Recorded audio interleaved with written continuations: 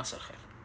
هل تفتكر في يوم حصل لك موقف حسيت فيه إنك ذكي عديت أينشتاين، وموقف تاني حصل وحسيت فيه إنك غبي يعني بنمرة واستمارة، أو إنك شعرت إنه في شخص في موقف معين حسيت إنه الولد ده لا جينيوس مش طبيعي ذكي ذكاء خارق، وفي شخص تاني حسيته في موقف معين مرة غبي، يعني أنت مندهش من غبائه. تتوقعوا ليش التفاوت ده اللي بيحصل فينا؟ هل نحن أذكياء ولا أغبياء؟ هل فعلا في شخص ذكي وفعلا في شخص غبي؟ يقسم الذكاء في علم النفس ل9 أنواع. النوع الأول وهو الذكاء الطبيعي، وهو الذكاء المتعلق بالطبيعة والبيئة. والنوع الثاني هو الذكاء الموسيقي، وباين من اسمه انه هو متعلق بالموسيقى والنغمة والرنة وكده. ومنه بيطلع الشعراء، فبتلاقي شاعر فذ رهيب فنان ده عنده ذكاء موسيقي عالي. والنوع الثالث وهو الذكاء المنطقي الرياضي، وده اللي متعلق بالحسابات والأرقام. بتجد انه في اشخاص لما بتقول له مثلا 2 مليون أخذنا منها 700 ألف ووديناها للبنك وبعدين رجعوا لي 300 ألف، يقول لك الناتج 1,400,000 على طول كده. ما شاء الله مخه كالكوليتر يعني. والنوع الرابع هو الذكاء الوجودي، ودول بيطلع منهم الفلاسفة، هو متعلق بفلسفتنا في الحياة وكيف وجدنا والكلام الجميل ده. النوع الخامس هو الذكاء الشخصي، وده متعلق بالأشخاص اللي عندهم مهارات عالية في القيادة، في مهارات التواصل، في لغة الجسد، في التحليل النفسي، حاجات زي كده. سادسا الذكاء الحركي الجسدي، واضح من اسمه انه متعلق بالرياضة، وبيطلع منه الرياضيين لعيبة الناس اللي مهتمة بالحركة. سابعا الذكاء اللفظي، الذكاء ده اللي مرتبط بالناس اللي عندها تأثير، تعرف تتكلم، تعرف تقول خطبة، ممكن ترتجل وسط الناس. الناس دي عندها ذكاء لفظي. ثامنا الذكاء الذاتي، وهي المهارات الذاتية اللي احنا بننميها في نفسنا. تاسعا والأخير الذكاء المكاني أو الصوري، في ناس عندها ذكاء صوري، يعني تقدر تصور الحاجات زي الرسامين زي المصورين. في بعض الرسامين ممكن يشوف المكان أو الشيء ممكن من مرة أو من مرتين أو من عدد مرات قليل، ويروح البيت ولا المرسم حقه وينسخ نسخ زي ما هو. في رسام بريطاني أخذوه بلفة على لندن بهليكوبتر، لما رجع لبيته رسم لندن كاملة من فوق. عنده ذكاء صوري رهيب مرعب، قدر يحفظ الصورة حقت لندن كاملة من فوق ورسمها. ال9 الأنواع هذه بتلاقي عندك منهم نوع أو أكتر فيهم يعني درجة عالية من الذكاء في واحد من ال9 دول، وبالتالي تشعر في مواقف إنك ذكي جدا، أو بتشوف شخص في موقف معين إنه ذكي جدا. فلو افترضنا إنك شخص تبع حسابات، فذكائك في الذكاء الحسابي عندك عالي جدا، وبالتالي لو سألتك في حسبة حتلاقي نفسك حسبة رقمية رياضيات، يعني حتلاقي نفسك ذكي جدا وبتجاوبني على طول. ولكن لو كان الذكاء الصوري عندك ناقص، وبالتالي لو خليتك ترسم أو تصور لي أي حاجة حتكون فاشل جدا وتعتبر غبي جدا فيها، وبالتالي هنا ذكائك أقل من الذكاء الحسابي.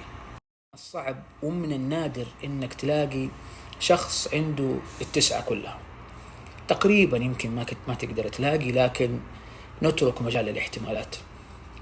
إلا ما تلاقي إنه أنت عندك أو عند الشخص المقابل حاجة أو 2 أو 3 ذكاء، أو 2 أو 3 أكثر من الباقي، وبالتالي تبان في مواقف ذكي وفي مواقف الناس تشوفك غبي. بس أنت في المواقف دي ما عندك الذكاء اللازم اللي ممكن تستخدمه عشان يتوافق مع الموقف ده.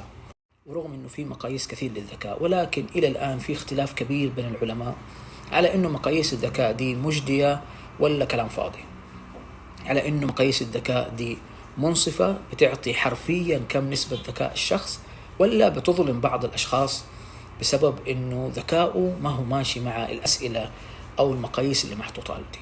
فلو افترضنا جبنا واحد من أمهر القادة العسكريين أيام مثلا الروم، وجبناه الآن في 2021 وأعطيناه دبابة، فبالتأكيد هو ما راح يقدر لا يشغلها ولا يعرف يستخدمها ولا حيعرف يهاجم فيها وحيموت في المعركة. لو أعطيناه آيباد صغير كده ما راح يقدر يستخدمه. وبالتالي الراجل اللي كان في زمنه واحد من أذكى أذكياء الكوكب في ذيك الأيام الآن أصبح واحد من أغبى الأغبياء. ليش؟ لأنه ذكاؤه ما استخدمه في الحتة اللي هو مبدع فيها. والذكاء بيتأثر بعوامل كثيرة، أولها الوراثة والبيئة اللي الشخص عايش فيها، فكل ما كانت بيئتك مساعدة كل ما كان ذكائك أعلى. فبنشوف مثلا لو أبوه شخص يعني أبوه رياضي يطلع هو ممكن رياضي، لو أبوه فنان يطلع هو ممكن فنان، وهكذا. وبالتالي البيئة اللي انت عايش فيها ممكن تزود من ذكائك في منطقة معينة من ال9 مناطق اللي تكلمنا عنها. العمر كمان له يعني عامل مهم جدا. الثقافة واحدة من أهم العوامل اللي بتزود ذكائنا في النوع اللي احنا نبغى نزود فيه الذكاء.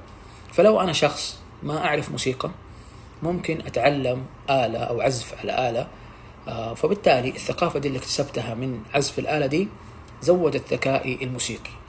طبعا القدرات العقلية مهمة جدا، الظروف الاجتماعية والاقتصادية كمان ممكن تزود ذكاء. وبالتالي غالبا ما في شخص غبي، كل اللي عليك انك تبحث عن مواطن الذكاء اللي عندك، تشوف انت من اي نوع وذكي في اي نوع، وتستخدم ذكائك في منطقه في موضعه الصحيح. كمان تستفيد من ذكاء الناس الآخرين وتفهم الآخرين ذكائهم من أي نوع، وبالتالي تقدر تكسبهم وتكسب منهم كمان. وحتى ممكن تستخدم غبائهم في نوع معين عشان تكسب عليهم يعني. فالموضوع كله بيدك، لا تتعذر انك انت غبي وانه هذه قدراتك، ولا انا اتعذر انه انا ذكي وانه انا خارق للطبيعة. كلنا واحد، بس الفرق انه انا مستخدم ذكائي في منطقة معينة وشخص آخر ممكن ما استخدم واستغل ذكائه يعني على أكمل وجه. أخيرا خلينا نراجع أنفسنا ونشوف إحنا مميزين في أي نوع من أنواع ال9، إحنا أذكياء في أي نوع من أنواع ال9. فلو افترضنا أنه عندك نوع أو 2 أو أكتر أنت مميز فيهم، أتمنى أنك تستفيد من التميز ده وتستغله في موضوع الصحيح. ولو كان في نوع أو 2 أو 3 أو أكتر أنت ناقص فيهم، أتمنى أنك تشتغل على نفسك فيهم وتطوره، وبالتالي يصير عندك أكتر من نوع أنت مميز فيه، وبالتالي فرصك أو أنك تكسب فرص أكتر في الحياة حتزيد. وممكن إن شاء الله بعد الموضوع ده وبعد ما نطور من أنفسنا كده نعيش حياة أسعد وصحة نفسية أحلى وحياة أسلم وأحسن وأفضل، عشان طورنا من أنفسنا. وخلونا نتناقش في الموضوع ده مع بعض، اكتبوا لي تعليقاتكم ونتناقش فيها وبس. خلصنا.